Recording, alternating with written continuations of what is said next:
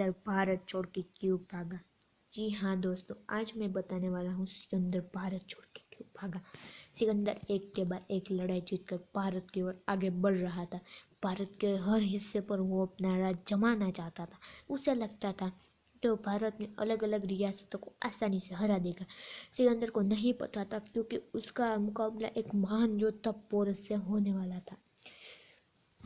Sikandar Philip द्वितीय का पुत्र था। अपने पिता की मृत्यु के बाद 20 वर्ष की आयु में ही मैकेडोनिया का शासक बन गया था। अपनी भाइयों की हत्या करने के बाद सिकंदर राजा बना था।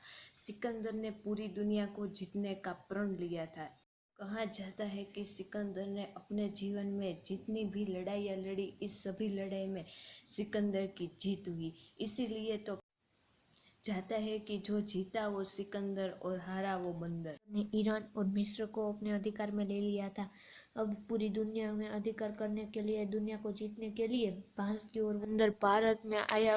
सबसे पहले वो तक्षशिला गया। तक्षशिला के राजकुमार को अपने साथ में ले लिया। तक्षशिला के राजकुमार अम्बी को अपने साथ में ले लिया था कि अम्बी पोरस से द्वेष करता था।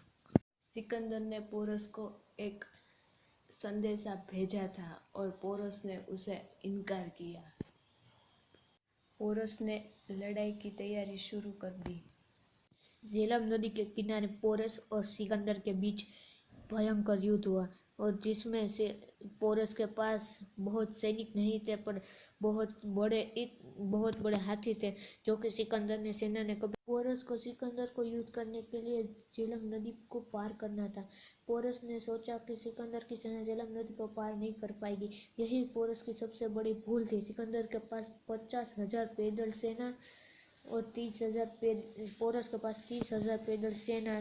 पोरस और सिकंदर को युद्ध करने के लिए झेलम नदी को पार करना था, लेकिन पोरस ने सोचा कि सिकंदर की सेना झेलम नदी को पार नहीं कर पाएगी। पोरस की यही सबसे बड़ी भूल थी। सिकंदर के पास 50,000 पैदल और पोरस के पास 4,000 घोड़ेसवार थे, तो सिकंदर के पास 7,000 से भी ज्यादा घोड़ेसवार थे। लेकिन पोरस के पास बहुत ज्यादा प्रमाण में हाथी थे सिकंदर की सेना ने। लेकिन सिकंदर की सेना ने कभी सोचा भी नहीं होगा कि इतने बड़े बड़े हाथी पोरस के पास है।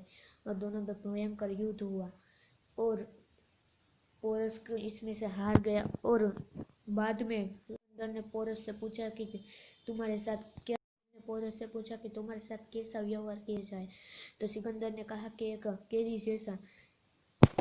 सिकंदर पहले ही पोरस की वीरता से प्रभावित हुआ और वीरता से फिर से प्रभावित होकर उसने उसका राज्य उसे वापस सौंप दिया।